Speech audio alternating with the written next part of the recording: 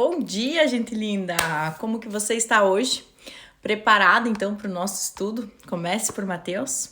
Estamos chegando a mais um capítulo aí e hoje a gente vai falar sobre o texto que é apresentado no capítulo 23, finalzinho do capítulo 23, né? Dos versículos 34 ao 39. Já pegou sua Bíblia? Bora lá então! Você já tentou muito ajudar alguém, mas foi rejeitada? Você já orou por alguém, já aconselhou com amor, você já tentou proteger, mas a pessoa simplesmente não quis nada disso que você estava oferecendo? Se você já sentiu essa dor, então você entende um pouquinho do que Jesus está sentindo aqui no texto de hoje. Olha só. Então, depois de uma série de confrontos aí que a gente viu nas duas últimas aulas contra os fariseus e escribas, Jesus encerra o seu discurso não com raiva, mas como que ele encerra esse discurso? Com lamento. Ele olha para Jerusalém, a cidade escolhida por Deus, o centro da adoração e das promessas, e ele vê um povo que rejeitou todos os mensageiros enviados a eles. Olha só. Ele fala como alguém que ama, mas alguém que ama profundamente. O que ele diz lá? Jerusalém, Jerusalém, quantas vezes eu quis ajuntar vocês, como a galinha junta os pintinhos debaixo das asas, mas vocês não quiseram. O mundo provocou o seu Criador ao adorar ídolos e se comportar de forma destrutiva e autodestrutiva, né? Israel, chamada para ser o que? A luz de Deus no mundo, em vez de fazer isso, imitou o mundo. Então, aqui Jesus expressa o seu profundo lamento e a sua profunda tristeza por Jerusalém, que historicamente rejeitou os profetas enviados por Deus. E naquele momento rejeitava quem? O próprio Jesus, olha só, né? Então, a repetição, né, de Jesus dizendo Jerusalém, Jerusalém, ela enfatiza a profunda dor e o sentimento de perda de Jesus pela cidade que ele amava. O lamento, ele reflete a sua compaixão e a tristeza genuína pela rebeldia do povo. E tudo isso mostra o quê? Que a iniciativa da salvação é de Deus. Ele envia profetas, ele envia mensageiros, né? Envia sinais, palavras. Ele insiste em nos atrair para perto. Ele chama, ele reúne, ele protege. O lamento de Jesus, portanto, é um testemunho da complexidade de Deus. Ele é soberano para decidir quem será salvo, mas ele também demonstra um coração que se entristece com a rebelião daqueles que rejeitam. Seja, né, pelo endurecimento do seu coração, seja pela condição natural, né, do ser humano de depravação total. E eu fico imaginando Jesus olhando para a nossa geração hoje, né? Será que ele não diria o mesmo?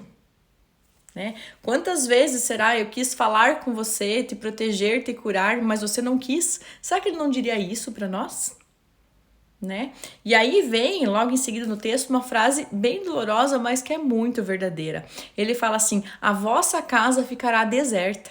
Aqui Jesus revela que o peso do julgamento recairia em especial sobre o templo. Em muitas passagens do Antigo Testamento, o Deus vivo que prometera viver no templo advertiu que o pecado persistente entre o seu povo resultaria o quê?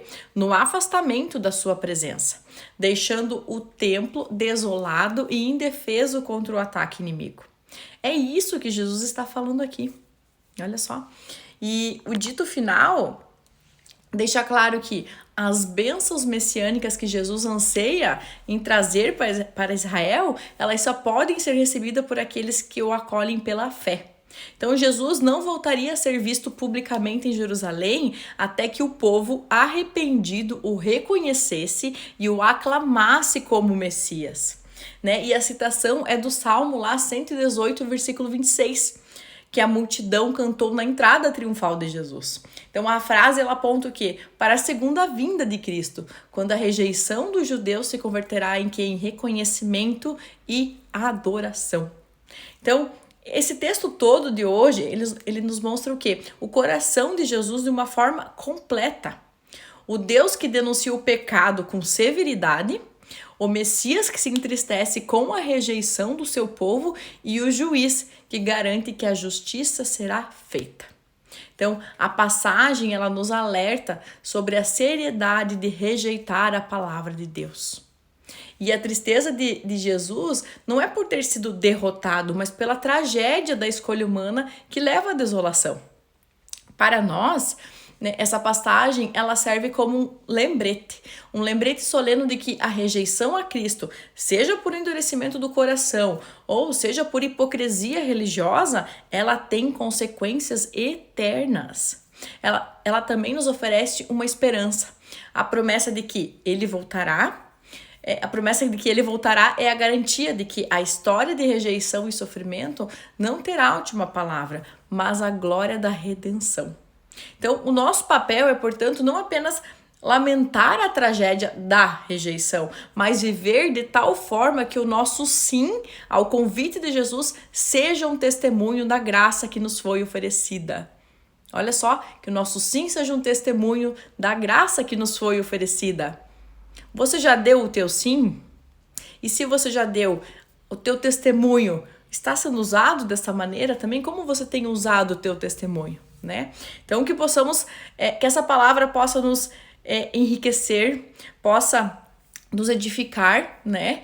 E que a gente possa pensar nas coisas que a gente deu hoje de uma maneira profunda, né? De uma maneira que não seja simplesmente cliquei, ouvi, eu nem sequer olhei na Bíblia, eu só vejo direto aqui. Eu tenho que olhar a palavra lá, que é diferente, né? É diferente de eu estar fazendo as duas coisas. E vendo essa transformação, né? Espero que ela seja genuína, espero que tudo isso que eu esteja fazendo aqui no Comece por Mateus e seja sendo uma transformação para você, de coração e de mente, como a gente sempre fala. Então, que Deus proteja vocês e com a graça dele estaremos no próxima aula também. Um beijo e um excelente dia para você.